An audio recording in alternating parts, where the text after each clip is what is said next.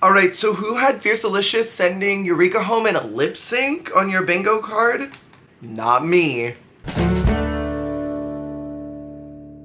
Hi, hello, I'm your least favorite Drag Race content creator, Jaren. We are talking about Canada versus the World Season 2, Episode 4. This episode is called Reading Battles, and boy was this kind of a roller coaster. Leave it to Canada for taking something that might be a little old and tired and outdated and bringing it into kind of the modern world. How smart was it to turn reading into a back and forth, almost conversational banter, opening up a door for us to see what happens in a drag queen dressing room? Because conversations like reading happen all the time. People are getting ready, they're putting on their makeup, and someone shoots a sideways comment, someone shoots a read, someone does some shade.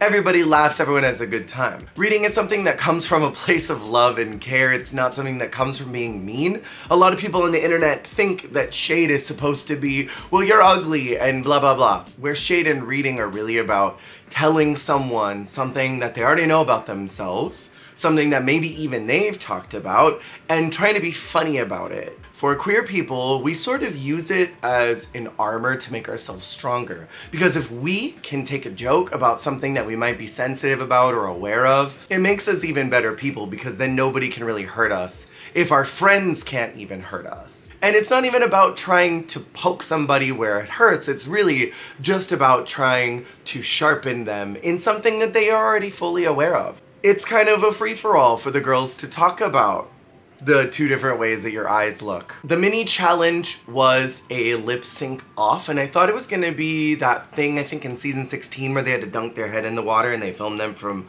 below and made them lip sync, which I hated that challenge.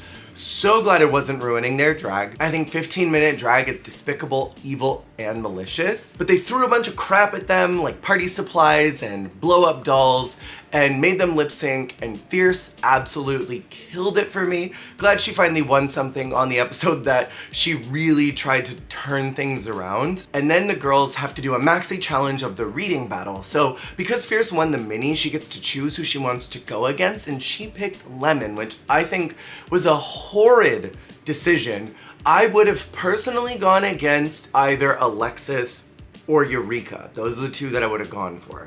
Because I feel like of the two of them, she would have the most to kind of pull from.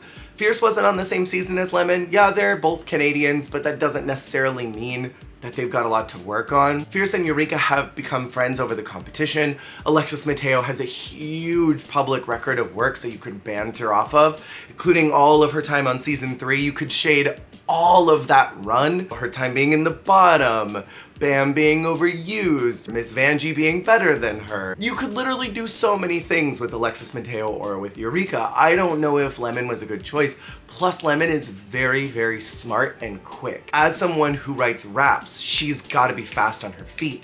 And we saw in her reading challenge that she is always thinking of good jokes. So I would have never even touched Lemon. Cheryl and Kennedy are kind of weird options because there's some things that you could riff off of, but it's mostly about their physical things or about their time on Drag Race. I don't know if you'd have as much off the show to pull from. And jokes about physical appearance get bored after a while, and it's like, I've heard that. So I don't know what she was thinking picking Lemon. Next up is Cheryl, who gets to choose her partner, and she picks Eureka, which I don't know if that was a great idea for Cheryl, but it ended up working out in her favor in the long run. And that means that Alexis and Kennedy were left over. I have to say that I was really disappointed that Tracy wasn't there this week. I love Tracy Melchor and I love her critiques and her judgment, and I would have loved to have seen her this episode. Brooke looked so good. Let's talk about this little M&M look. I think it was very artistic. It looked like candy. She looked like Lord Farquaad. Everything about this look was so cute, and I love that Brooke turned out something that was so fun and camp this week. So then we get into the reading battles, which was really more formatted like a roast. I'm glad that they didn't just do a roast. I'm glad that they kind of adjusted the format, and I think that Canada always soft launching things that the US could jump into but kind of adamantly refuses is wild. Like, Canada reformatting the lip sync Lollapalooza and making that so much better in season 4. Taking the reading challenge and reformatting it and retooling it and creating this sort of quasi-roast back and forth banter. And then next week we're gonna see Snatch Game the Rusical, which I have been grumbling about wanting forever, but we'll get into that at the end of this. Fierce and Lemon were really funny. I liked both of their performances, but you could tell that Fierce was getting a little in her head and just started mush-mouthing to try and get through the jokes, almost like she realized that it wasn't going good and she wanted to get through it as quickly as possible. I think if she had let her jokes breathe just a smidge, maybe that would have helped. I know that feeling of being against someone who's really good at what they do, and you get in your head and start seeing how much they're succeeding, and you try to overcompensate and then realize that it's not working, so you just want it over with and done so you can go sit down. That was very much the energy that Fierce was giving me during this whole performance. And then Lemon referencing her original reading challenge by saying the only thing you're fucking is up in this competition was so brilliant. I love me a callback. So they get the critiques in front of the audience, which I was really not a fan of. I would have done away with that entirely and just done the critiques at the end, but maybe they wanted everything fresh in their brain. I like that Canada did the critiques for the lip syncs in season 4, but I don't know if the critiques in between sets was necessary here. I'm assuming that these were all crew members and not random audience polls or people that they cast to come be extras. I'm assuming that these were people that were maybe off that day or were doing wardrobe or something that could come and sit down. Some of them didn't really seem to understand that it was supposed to be cutting and shady. They sort of like, ugh, that was a lot. And I don't know if they were necessarily immersed in queer culture, so who knows, maybe they weren't crew. I don't freaking know. The audience thing, I like an audience. I don't know if I liked this audience, and I certainly did not like the critiques that happened in between. Lemon is called as the winner, which was the right choice, which means that Fierce is in the bottom. And I always feel funny about these kind of duo situations where one person's gonna win, one person's gonna be in the bottom. Because sometimes it sort of leads to an unfair matchup, like with Kennedy and Alexis, where both were good, and neither one of them deserved a bottom placement, no matter which way that coin was flipped. Next was Eureka versus Cheryl, and I thought that Cheryl looked so good as a ringleader, which was kind of funny in comparison to thinking about how Eureka is the elephant queen, and a lot of times circus ringleaders are throwing peanuts at elephants. That joke was never made, and I think that that was a really big missed opportunity. They had a really nice banter, and I enjoyed them working with each other. I felt like they were really fun, but Eureka making a trafficking joke was really unnecessary. Like, so unnecessary. It made me viscerally cringe. Plus, I felt like Eureka's jokes were just like a little bit familiar. I feel like I've heard some of them before from other queens. One of the jokes that Eureka did during rehearsal was basically a riff off of Kylie's Ginger Minge, You're Shaped Like a Deep Breath. But it wasn't as funny and it wasn't as well tailored, and it just dragged on for a while. So I feel like Eureka probably pulled a Gottmik and maybe sampled some jokes and rewrote them. Cheryl calling Brooke Lord Farquaad was insane, but was so appropriate. Cheryl wins this particular reading battle, and that means Eureka is in the bottom, which I thought was the correct choice. And then we move on to our last pairing, which was Alexis and Kennedy. And I know that I'm Alexis Mateo's biggest stan, and I know that I probably am a little biased when I'm critiquing her and what she's doing. I thought her joke of saying, if you're gonna be two-faced bitch, at least paint one of them pretty was so funny. I thought both of them really felt like they were in a dressing room and they were just talking, and that banter was nice. They had good chemistry with each other. My problem was that both of them were a little bit too crass, and I'm gonna be so real. I cuss a lot. I cuss like a sailor. I love to cuss. I think in a comedy set, when you reuse too many F-bombs or bitches or shit or whatever, it stops being funny after a while. It stops being that shock. It's like when people pepper girl too much into their phrasing, like, oh girl, you know girl, girl. So personally, I wasn't really responding to that, and I noticed it more with Kennedy. So for me, Alexis was the winner of that group. Plus, I liked Alexis's look better than I liked Kennedy's. So then we move into the tops and the bottoms of the week, and Team Tongue Pop for the third week. are the top queens, which means that Alexis, Fierce, and Eureka are in the bottom. Now, Kennedy ends up winning the whole thing. This was kind of a big eyebrow raise for me because I thought it should have been Cheryl.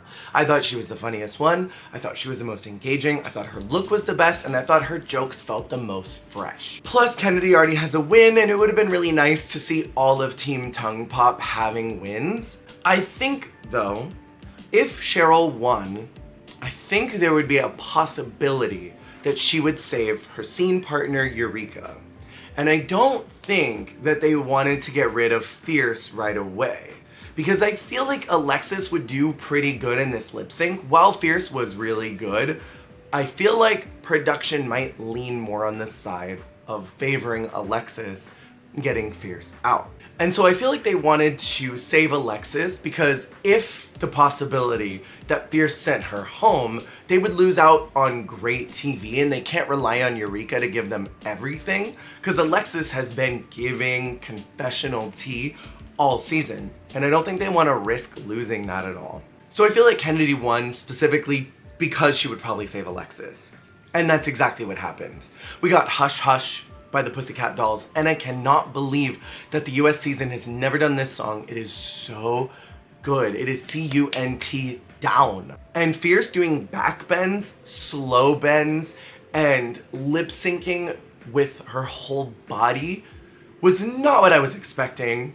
Eureka kind of did the same thing she did in the first lip sync, and I thought it was kind of ironic that Eureka has lip sync against both people in the competition that she has created bonds with. In episode 1, her creating a bond with La Kahena and wanting to mentor her and be a friend to her, to becoming friends with Fierce and then having to lip sync against her. Sort of felt a little bit like gay and malicious F-slur that I don't think she was expecting. But honestly, I think this was the best thing for Eureka because she opened up about her sobriety journey and how hard it's been to want to not be sober, and that is something that a lot of people that have gone through the sobriety experience have felt.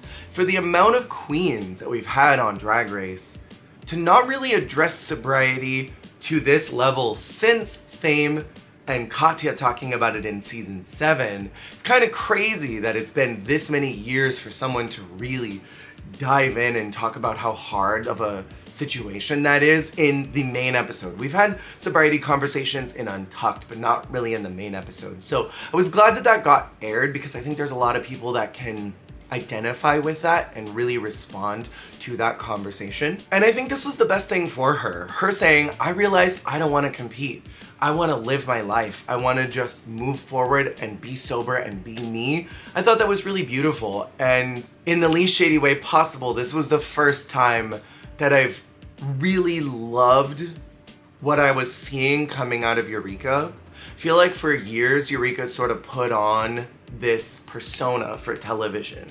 And when someone is putting on too much of an act, it's hard to like them, for me. And that's why there are some queens that have been on the show that I just don't really respond to, because I feel this mask that they're not dropping and I can't see the entertainer behind it. I can't root for them because I don't feel like I know them. I'm just getting this weird persona that seems inauthentic. So this time, her just being vulnerable and letting the mask down, it really made me like her. And I think I might be a fan of Eureka now. Next week is Snatch Game, the Rusical. I'm so excited, and what my hopes are is that we're gonna see their original characters, because that would lend to a Rusical situation so well. Think about if we had JoJo Siwa, Little Richard, Alicia Keys, and Gemma Collins, who I'm certain has probably done some music. That would be such a fun Snatch Game concept, and I'm really hoping that's what we get. If we don't, I'll be severely disappointed. Because how are you gonna do Snatch Game the Rusical and not reference the recording artists that have been done by these queens on their respective Snatch Games? I think that would be fierce, and I would love to see that. What were your thoughts on this episode? Let me know in the comments below. Thank you for watching, and I will see you on the flip. Hey, thank you so much for watching. If you liked the video, make sure to click that like button. And if you want to see more, hit subscribe. Goodbye.